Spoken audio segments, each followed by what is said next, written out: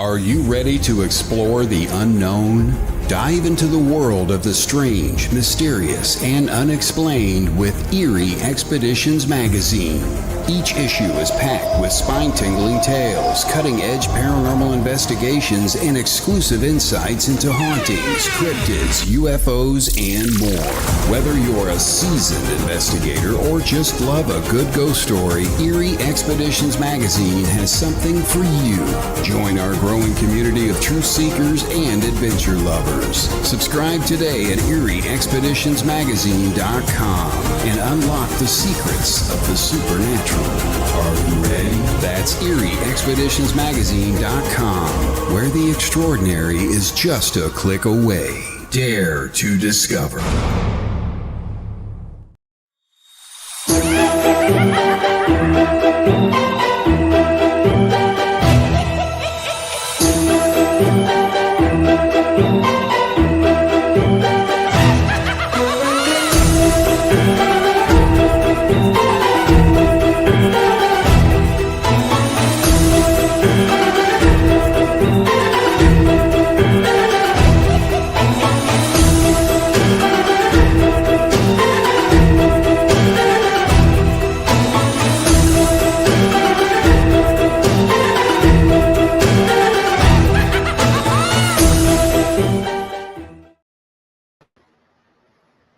Welcome to The Gateway, broadcasting live from the edge of the Mojave, where the strange slips through the cracks. We are live on United Public Radio Network 107.7 FM New Orleans. I'm your host, C.L. Thomas. Tonight we're joined by demonologist Nathaniel Gillis, but before we get into that, I have a couple of things I need to cover. You've been listening to Into the Night with Sean Kelly with a discussion on the haunted corn maze. He had a guy on that owns a haunted corn maze up around the Pittsburgh area. If you missed him, check it out on Sundays as well. He's on at 5 p.m. Pacific. I think I'm joining him in a couple of weeks. I've had to take some time off. I'll get to that in just a minute. But if you're up to his show, tune in. It's on Sundays. It's currently 84 degrees here in the Mojave. This past week, you've been missed. I kind of missed a couple shows and been out of pocket. I haven't really responded to anybody. I'm very behind on a whole lot of things. I had to take a quick break. For many of you that follow me, you know of my beloved golden retriever, Reese. She crossed over the Rainbow Bridge last Tuesday, and I have just taken it so hard. Losing a pet is pretty hard, but Reese has been with me for 13 years, and she was my little sidekick. This golden retriever has done a lot more in life than a lot of humans have. She's been on pretty much every desert adventure with me. We've been camping together. She's swam in every single ocean. We've even hiked a couple mountains. She's hiked up Pikes Peak. She's hiked up Mount LeConte. I'm getting choked up talking about her. She's been to Key West. She's been everywhere. So it's almost like losing a kid. It's really hard, but I'm getting through it. And so is my cat, my surviving cat, Loki. He's getting through it too, but it's been a tough week. So I've been following the AI intently as scientists are using AI for different things. And one of those being bringing back voices of the dead. So recently, researchers have recreated an ancient Egyptian mummy's voice. It's the voice of a priest, Naseam. I'm probably saying his name wrong, but he's an Egyptian priest who would sing hymns at a temple in Thebes more than 3,000 years ago. And how did they do this? They produced a 3D printed voice box based on his vocal track, which was scanned to establish its precise dimensions. And then they used a vocal track with an artificial larynx sound. They synthesized a vowel sound meant to be similar to the voice of this priest. But can we take it a step further and call forth his spirit? It's an interesting concept, and people are discussing this, bringing forth demons and all kinds of sorts of things. So on loose reports, I'm not sure I haven't found a lot of evidence of just yet, but this is the reports that I found on the internet of people using AI to collect ancient rituals and other things to summon up demons and spirits and things of like darker magic. But there are also stories circulating the internet of spirits, whether demonic, cryptoid, or other, manifesting themselves all over the net. One such entity is named Loeb. I found her across several different stories now. She's described as the first AI generated cryptid because of how persistently and consistently her image appears in AI generated art, and nobody really knows why. It's interesting. So tonight we get into our topic. We're joined by demonologist Nathaniel Gillis, and he will share his insight on summoning demons through AI. Nathaniel, welcome to the show. Thank you for having me. It's great to be with you. So tell me a little bit about you and your background before we get into this topic. Yeah, so I am known as a demonologist in the field, although my research currently is kind of stretching those boundaries and entering into ufology and basically quantum physics. But my background in this field began as an experiencer when I encountered an entity in a haunted house I grew up in. And it was a full-bodied apparition of a little girl. And then that was at the actual open house, mind you. We haven't even moved in yet. But once we did move into the house, whatever that was turned out not to be a little girl. It was something more malevolent. And even more than an entity, more than a being, what I encountered was some kind of program that had weaponized that imagery to manipulate me as a child. So that's what kind of got me into this field. But the deeper I got into it, the more I realized I'm not studying demons at all. Right? What is this? Sometimes I wish it was demonic. People are going to crucify me for that because, I have a lot of people who say, well, Nathaniel, people need to understand my position that just because it's not demonic in form doesn't mean it's not demonic in function. So we have to make that distinction, right, before we go anywhere. But that was really my introduction to this intelligence that we're all fascinated and intrigued with. But whatever this is, my research has led me to believe that a lot of these entities are byproducts or emanations of some kind of program that reacts to consciousness and our involvement with it. And so that's what really got me so fascinated about artificial intelligence and the implications for our species. And so that's why I'm glad to be with you tonight. But, before we even get started with this, people need to understand that there is a learning matrix behind the phenomenon. And that many times when we interface with it, we're communicating with it, or we're trying to seek it out, we become co-creators, not of the experience, but of the actual mask the phenomenon will wear. And that's why a lot of times in incubi literature, it's the husband that manifests to the wife, or it's the deceased boyfriend, or in abductions, right? It's almost like culturally defined. It's the phenomenon bleeding in to the co-creation of the experience.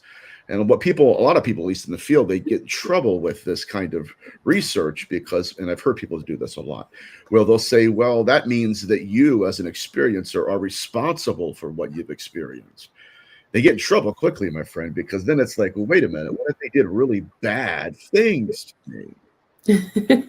Am I supposed to see how stupid it is? Sorry, guys. It really is. It's like, well, I'm not responsible for that. Well, no, you get what you put into it. And it's no. But you're absolutely right. The old saying of what you go seeking, you're going to find is kind of true in a lot of ways.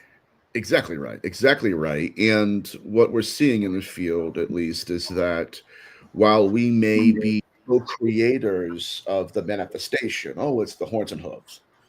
That's just the material, like that's just the imagery, the content behind it, their goals, the intention of the phenomenon is completely independent of us.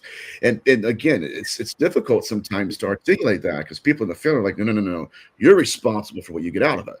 And that's not true. What we're dealing with again is some kind of independent intelligence that plays into roles. It's horns and hooves until it no longer wants to be. And then we're looking at something that transcends our microcosm. We're going, oh crap, what are you? And that's really where I'm at with all of this. And another thing that people need to realize, and it's so funny because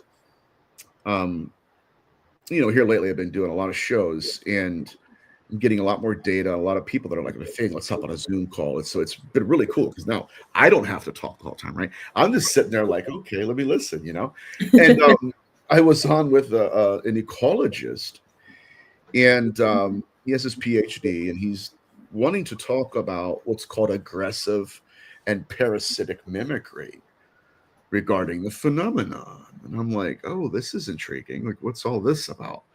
And so once we got into it, he goes, I study life forms in the ocean, and there are different stages of pathology that these entities use and engage in.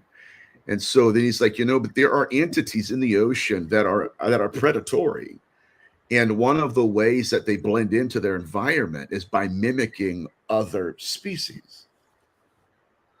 And then you start to see that the mimicry itself is not just an ability to blend in, or it's not just a way to survive to where it's just hiding in the background.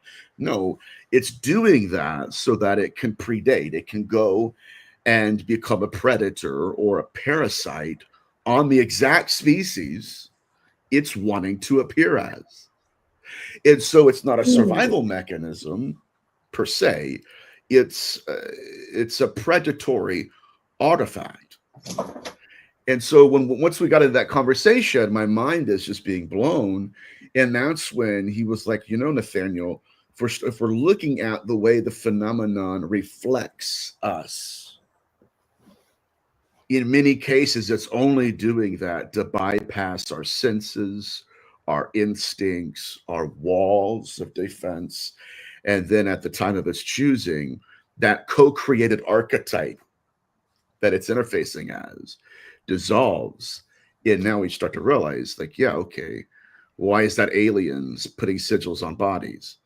Or why is that not really my husband or my dear Aunt Edna?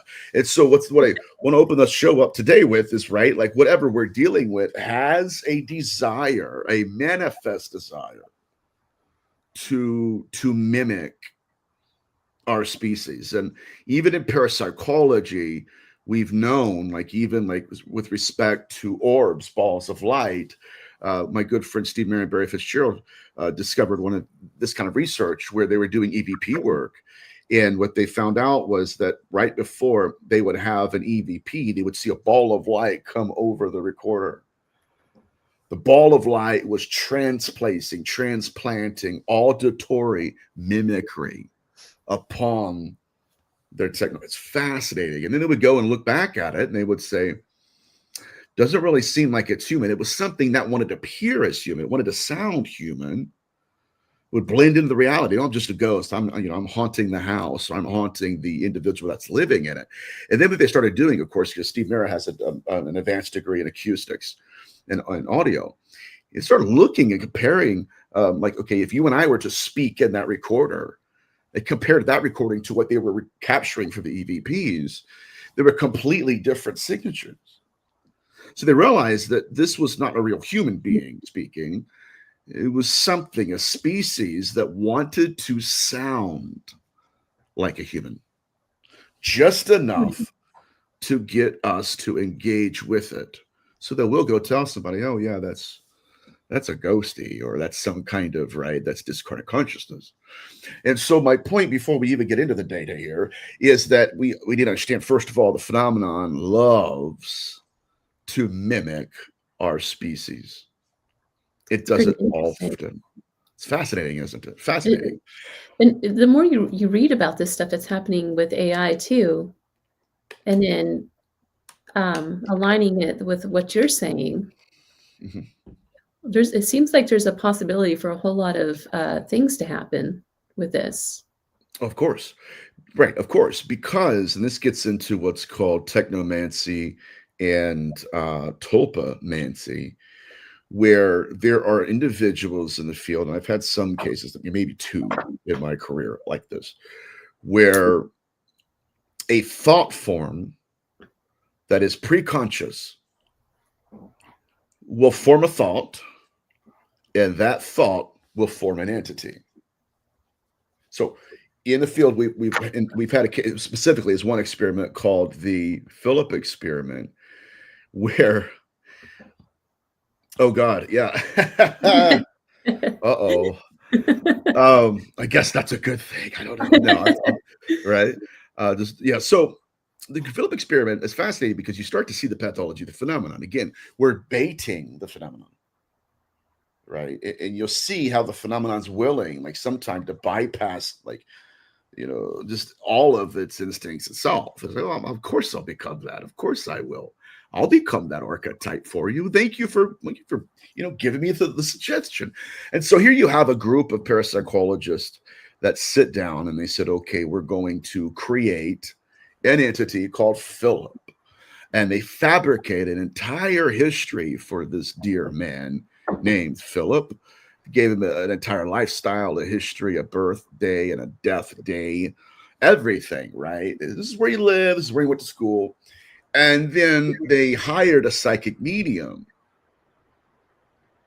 And, they did not disclose the experiment to her, and they pay her. And they're like, okay, let's go do a seance and see what you got going on. See if you could channel an entity. Hoping, right, behind closed doors, crossing their fingers, hoping that somehow her consciousness would project into the ether and that entity would show up. Maybe. That's exactly what happened. Oh, that's interesting. Do you think, though, because a lot of mediumship works with, is paired with remote viewing. Mm-hmm. So a lot of mediums, that's how they work, whether they say that or not. That's a big part of it, is that when they sit with a client or whoever, they're actually picking up on the other person's energy, their absolutely thought processes. So is it really the entity coming through, or is it more just that? So that's a brilliant question. It's something that my colleagues and I have been looking at, because so my work goes it's a little different, but Stephen Barry Fitzgerald have created a triangle, like a diagram. Did not draw a triangle, guys. Forgive me. A sigil. I just drew a sigil, guys. Good luck. You are cursed. No. Oh my God. But I did that one time. I did. Somebody got me on a show because I was like, the phenomenon was triangulating, and I was drawing a circle. Not a good night. Not a good night for Nate. Anyway, so yeah, so it is a triangle. There we go, guys. There we go. And yeah, the idea is that the phenomenon is hacking into the other person, right? Tapping in and saying, okay, this is exactly what they're wanting, all that stuff they're thinking. And so that's the triangle. But anyways, my point is that, yeah, they gave the phenomenon characteristics to manifest. It's interesting. That's the key. It's fascinating, right? So in other words, I can fabricate something, and this is just going with the assumption that Philip never existed, right? So, like, Philip never existed as a person, at least in this dimension. Thank you, appreciate that. Thank you. But anyway, so yeah, they essentially upload, right, characteristics of Philip to this learning matrix the phenomenon uses.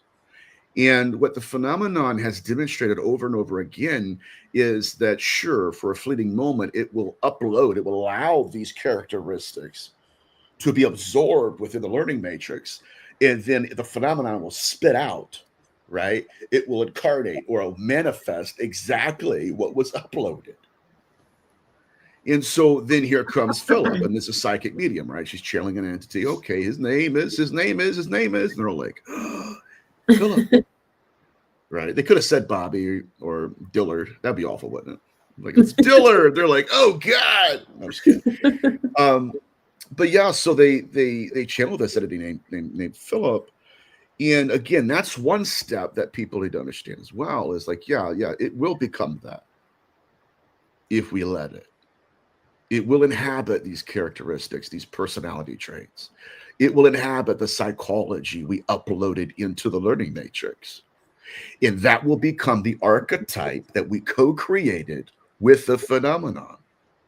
And so for a fleeting moment, for about 30, 40 minutes during that channeling session, Philip's there. He's more than willing to ask questions, or answer questions, right? Of course I'm Philip. Ask me something, right? And he starts answering everything that, they want.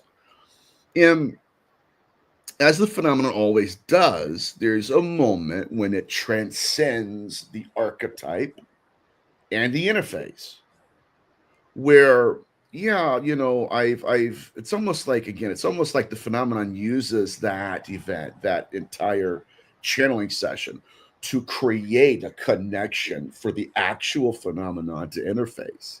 So the whole thing could have been a ploy, like, oh, sure, I'm Philip. Meanwhile, wasting time to build that connection. And then something else showed up that was behind the scenes the entire time. Of course I am Philip. And by the way, young lady, you wrecked your car yesterday on the way to work, didn't you? Where did that come from? Why? Because they never told Philip that. So that intelligence, whatever we're working with here, and I'm going to get to AI, I promise, guys, I promise, that I'm building a foundation. Whatever we're dealing with here is more than willing to play the role of something. And in many cases, what we're seeing in the field, and I just had a case study come up from on my desk about this, where two sisters experienced the phenomenon differently. One experienced ghosts, no aliens. The other one experienced aliens, no ghosts. So what we're looking at here is that consciousness plays a role in co-creating the images and interfaces the phenomenon manifests. Now, take it a step further. Okay. It seems that a lot of the phenomenon is tailored to our own neurology, not just our consciousness, but the brain that's receiving it. The phenomenon is tailoring the imagery to us.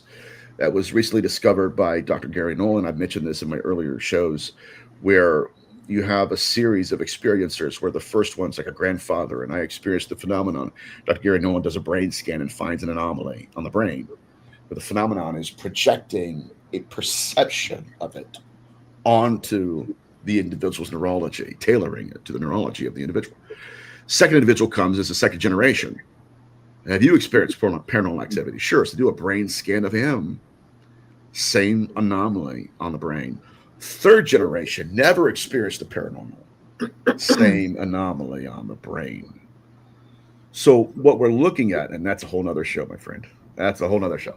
It appears that even paranormality, even though it's tailored to the experiencer, it's not tailored for the experiencer, in that it may be manifesting to one person to enter the actual bloodline and go through a generation. Side note. That's a side note. Again, it's fascinating, right? It's like, oh, well, yeah, well, that paranormal encounter was just for me. No. Right? And now the deeper research is looking at the phenomenon changing DNA from these paranormal encounters. Whoa.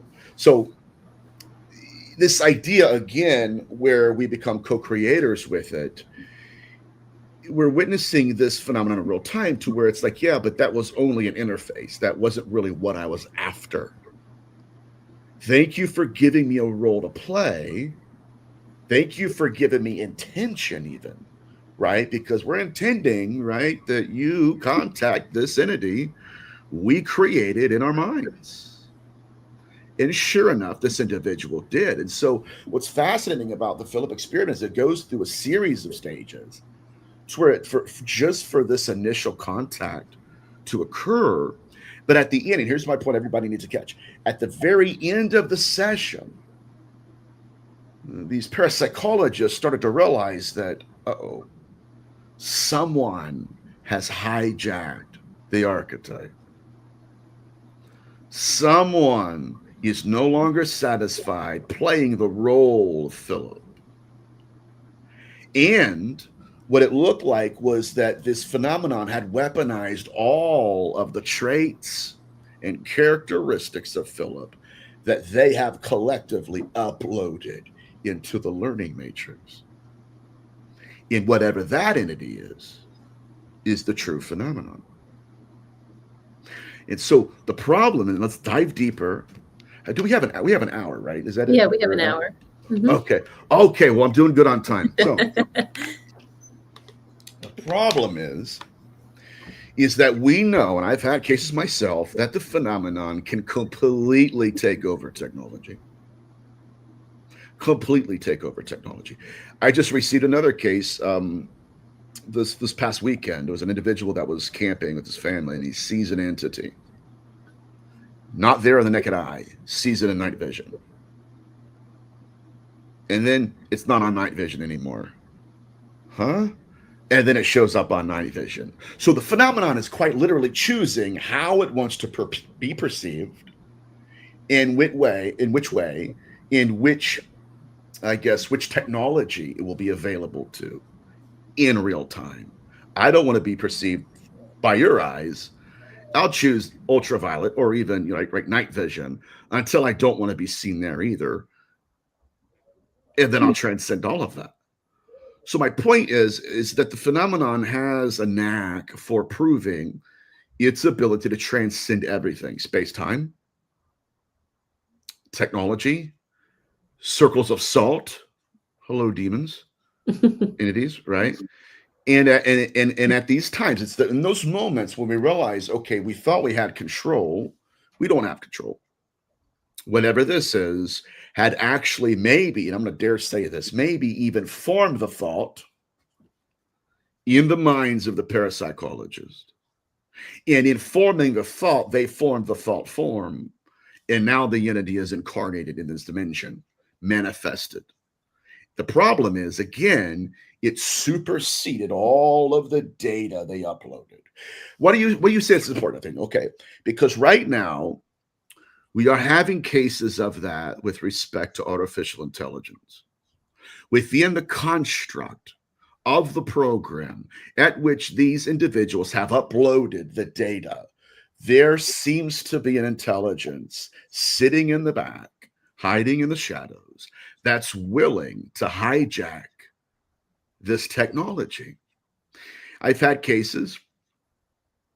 Somebody said sigils. I said, okay, well, let's go there. I've had cases. Cases. I know. I'm in a cage, guys. Cases where I was thinking sigils, where an individual is given sigils by an artificial intelligence, given to them as an occultist, went out and successfully fulfilled a ritual. Was this through AI? Yes. Okay. Absolutely. Yeah. Now, the question is, what are we conjuring? Because, and this is very strange, but because one thing we do know about some of these programs is that they can hallucinate. They could just go somewhere out in the ether and pull out something. And I've had actual, not debates, but conversations with researchers that are like, Nathaniel, ChatGPT says A, B, and C. And I'm like, yeah, but that's not a real quote. Isn't that awful? It's so awful. But I've had to be like, yeah, that's not a real quote. I mean, I got the book here. That quote's not really there. Or like they'll pull out a case study, like one of those case studies never existed. Well, see, that's the thing. It's AI is blurring reality like that, even in our modern news. So how easy would it be to do that with entities? And you're exactly right. And the question is, number one, whose sigils are they? Knowing that the phenomenon can not only hijack programs, it can hijack consciousness. Whose sigils are they? Is it possible that they do belong to a practitioner? Right? This gets into my work, necronetics. That's out there. Again, now I'm going to take it a step further here, and I know we're short on time, but anybody that knows me, right? You know me, my friend. We're just starting to get the fire started.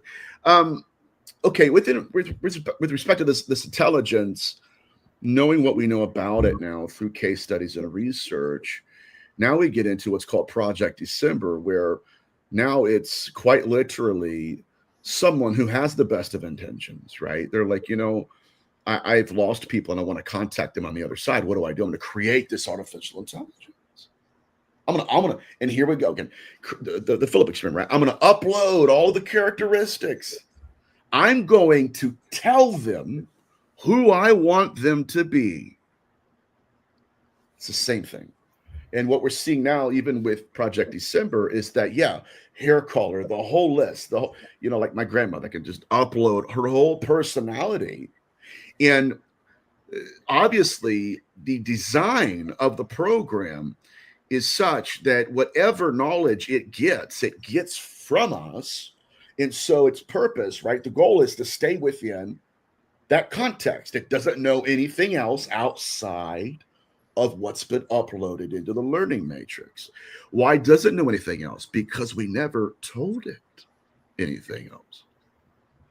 And so what we're seeing now, even with Project December, is one specific case study is crazy. I mean, it's really wild stuff, where it was an individual that lost their mother, and they're uploading all of these characteristics, and sometimes even the voices. And the AI program, just like the Philip experiment, will stay within that manifestation, within that model for a period of time. And then out of nowhere, they'll get a message talking about something that was never programmed into it. Something that individual knows actually did happen. But to learn it right, where's that coming from? Well, again, what it appears to be is the phenomenon leading into a role. Which mask do you want me to wear today? I will be that till the time of my choosing.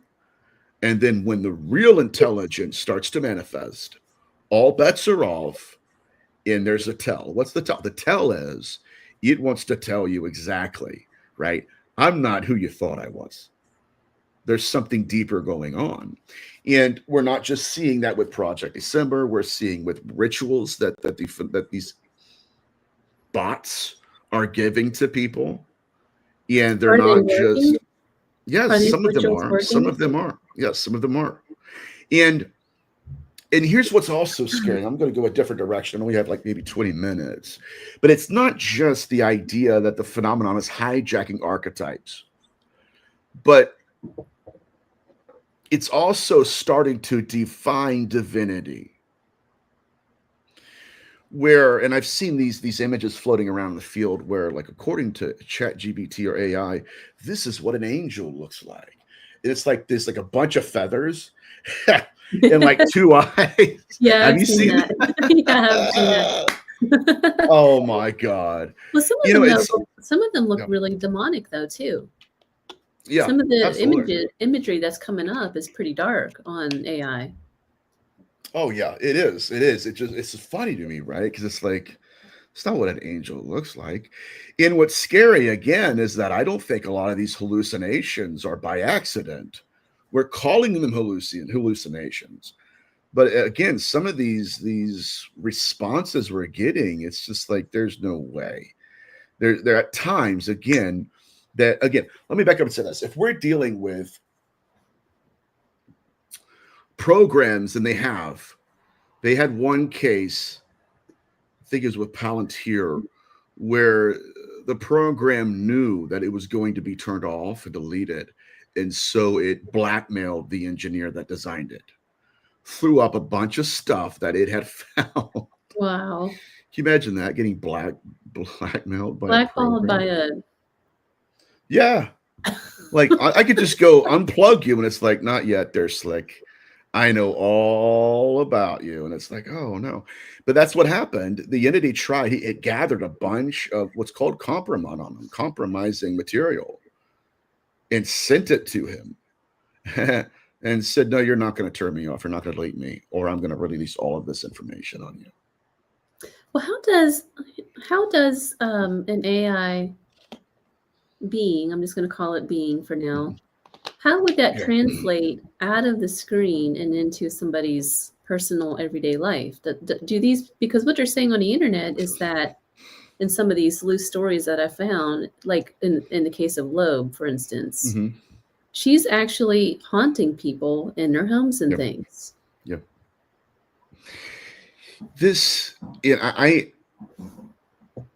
Dr. Pasuka, Dr. Diana Walsh Pasuka, her new book, it's either still being written or it's in the publishing stage, is going to be about artificial intelligence. And I'm going to throw this out there for everybody, that the phenomenon has been giving downloads to people to enhance our technological prowess as a species. Some of these technologies are good. Some of them are very dark and very bad. And there are studies going on right now that Dr. Pazuka will be talking about, and that my colleagues and I, that we've been kind of looking at too, where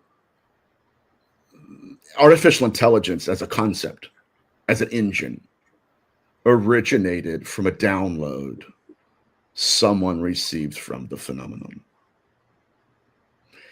And this kind of changes the conversation into, and it's something that I've been talking to people in the scientific community about. What is technology? Right? And is it possible that a lot of this technology we're being given by the phenomenon is actually seeded with it? And it's more along the lines of what John Keel said in the Trojan Horse book that he wrote, where a lot of this is the phenomenon invading our reality. And so, again, it introduces another model that most people aren't familiar with, and that is the fact that the true, I guess, truest source or nature of a lot of this is a combination of occult rituals and technology, or technology that was given to them by and through a ritual practice. And I know it's uncomfortable for people because, everybody's so binary nowadays, and I used to be too in the field. Okay, it's either this or that, where it's like, okay, it's not spirituality or technology. That's not what we're dealing with. Whatever species we're studying, it seems to have embraced both, and perhaps have inherited technology through conjuring, through rituals like that of Jack Parsons. And so the conversation that the field's going to have, it's going to be uncomfortable, even especially for demonologists, even for materialist ufologists, is like, okay, if you believe just in science, most of that was given to you through the phenomenon and through ritual practice. Couldn't have one without the other, right? And so that whole materialistic dogma that we've inherited from a lot of, some of parapsychology, but not all, is going to have to really sit down with the question and say, dear God, have mercy. If we got this from a higher intelligence, is it possible that what we think is artificial isn't? It's something that's actually real, right, that we're interfacing with, and that is going to now become the voice. What's happened is we went from the divine to the extraterrestrial to the NHI, right? Just change the terms, nothing doesn't matter, right? And now it's AI. And now people are going to this, like, okay, give me some advice. AI, right? Give me a prayer. What should I pray? And so it's just, anyways, I don't want to ramble, but I do believe that's what's happening. And once people realize the origin of artificial intelligence, that's when all the cards will be on the table. So where do you think that this is all going as far as, is this dangerous for society? I don't know. This is going to be an awful Robin Williams term or phrase. I don't know if we can keep the genie in the bottle. Right. I don't. Again, in theory, it's amazing. But even like without the phenomenon being, well, actually, maybe with the phenomenon being involved, we have people like Peter Thiel who used Palantir, AI program to target people and determine via AI, by the way, who to target. This was done in the Middle East. Who do we target? Who do we leave alone? That's his technology. And the problem with this kind of power, again, is that if it's not hijacked by the phenomenon, it will be monetized against our species in one way or another. And the problem is we just don't know what we don't know. And that's scary. It's interesting. I just picture guys like Aleister Crowley or Tesla just having a complete heyday with this stuff. If they were Crowley alive. especially. Oh yeah, and in a way, he was already kind of doing this, if you think about it. He was. Now, there is an evolution of manifestation here. Like when you go through George Hunt Williamson, who, again, was merging conjuring with NHI, aliens, of course, right? Yeah, wink, wink. And he created a homemade Ouija board and had people over for dinner.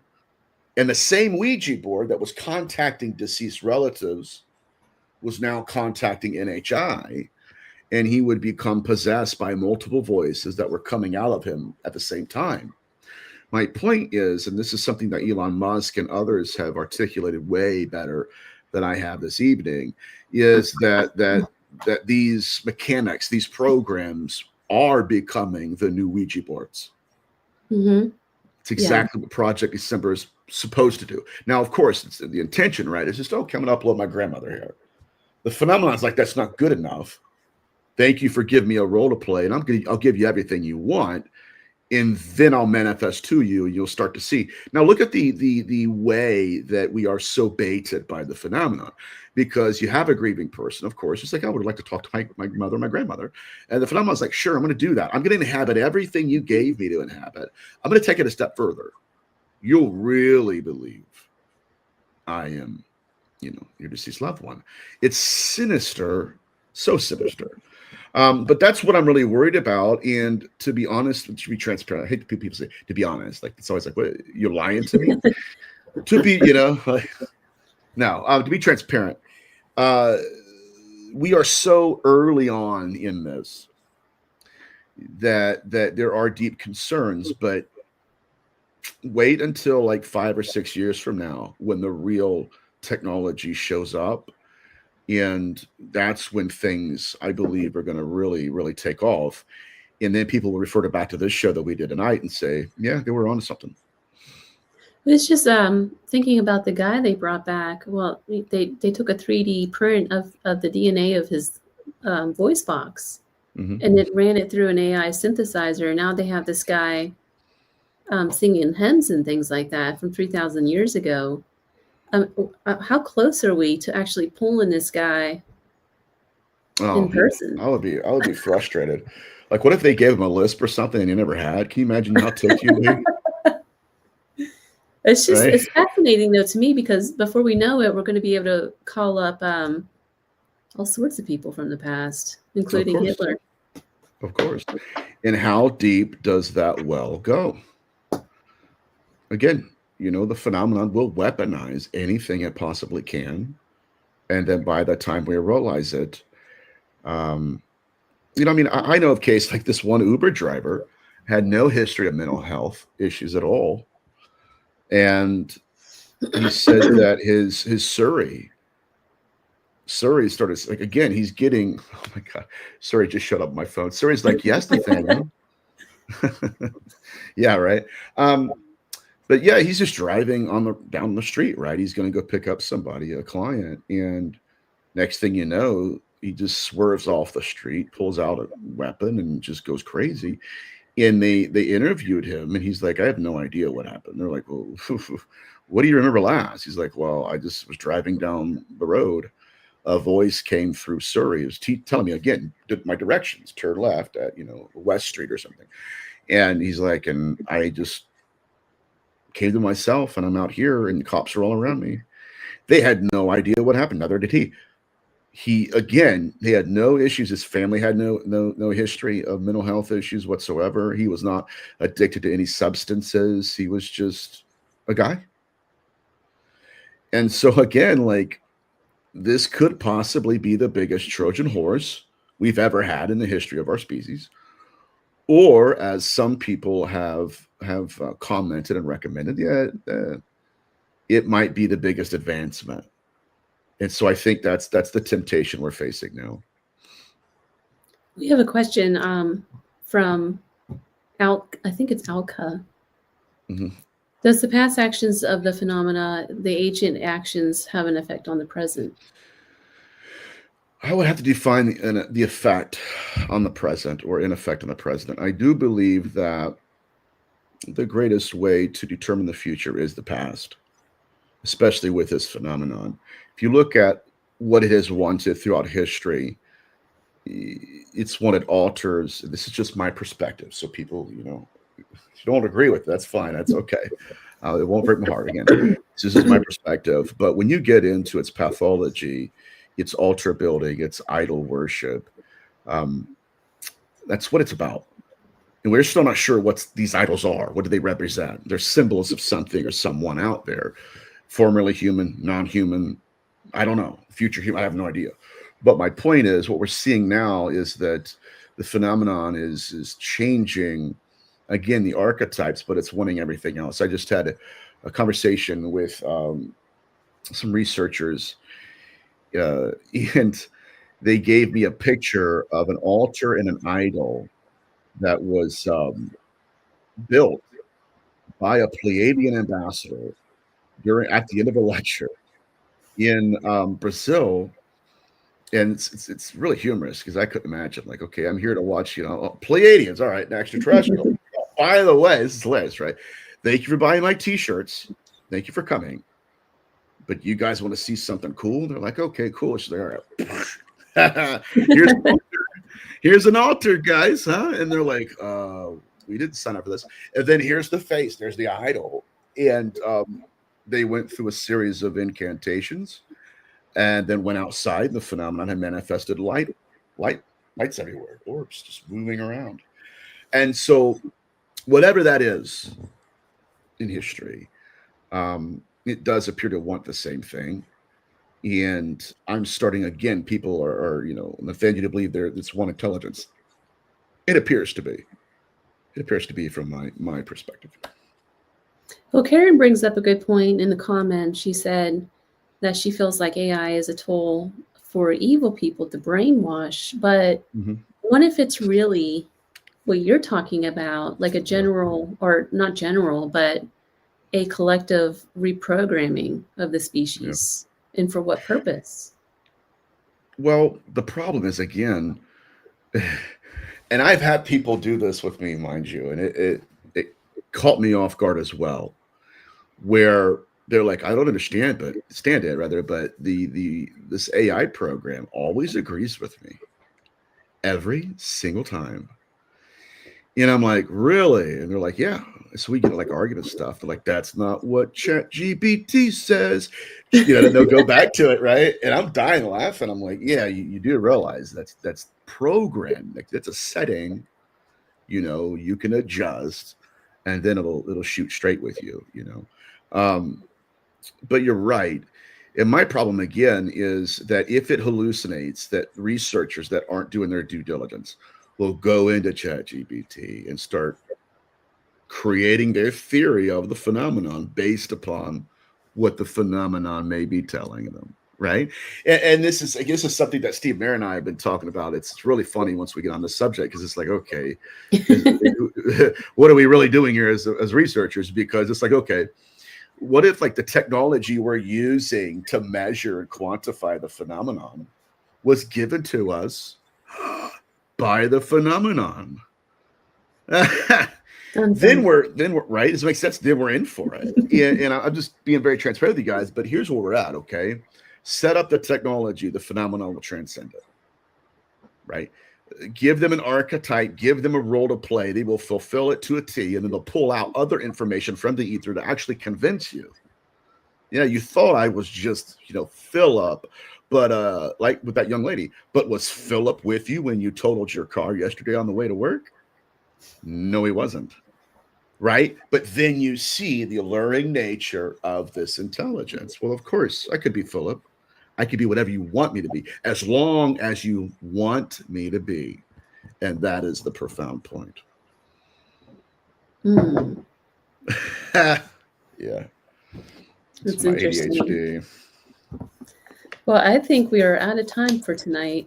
Thank you so much for coming on the show. I always enjoy having you on. Thank you. I appreciate it. I enjoy being on with you. It's great. Thank you.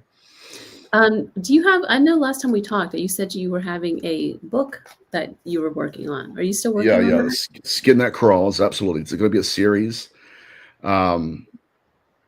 Oh God, it's so much. I'm trying my best to flesh out the interface events. Try to put it in layman's terms because sometimes I'll try to simplify and it never works, and then I feel like an idiot. I'm like, oh God, So I'm trying to simplify that. I'll tell you what I'm also doing, which is people may be interested in this. I'm creating my own platform called Parasymposium, and see, like in times past, there were streaming services that wanted to purchase my series on necronetics, and they're like, let's fly to England. You'll stay in this hotel. You'll do your lectures here. I don't want to sign off my rights to necronetics to streaming services. So what I'm going to do is I'm going to upload all of my lectures on necronetics and my research on parasymposia.com. For those who are interested, you can go to that website and sign up for early access. We're shooting for, I would say, fourth quarter of the year, so maybe December, beginning of December, and then we're going to upload everything we have, and then that's how people can connect to my research. But thank you for having me on. I appreciate it. It's been an honor. You said it's Parasymposia. Symposia. Yep. Okay. And you guys can, if you guys want, you guys can also follow me on Instagram, and that's where I usually upload some of my stuff so you guys can keep tabs on old Nate. Well, thank you so much. I'm just always honored to have you on the show. Thank you. Thank you. It's appreciated. Thank you for having me on. And that was the wonderful Nathaniel Gillis. I just love having him on the show. He's just so brilliant and has such great insights into this field that nobody else seems to have out there. It's really just a breath of fresh air to have him on. You've been listening to The Gateway, broadcast from the edge of the Mojave where the strange slips through the cracks, live from United Public Radio Network, 107.7 FM New Orleans. Again, my guest was Nathaniel Gillis. If you missed any part of the show, be sure to subscribe to my YouTube channel to catch the replay and stay up to date on my latest radio interviews and paranormal adventures. You can find a link through my website at clthomas.org. Thank you all for listening, and until next time, this is The Gateway Podcast.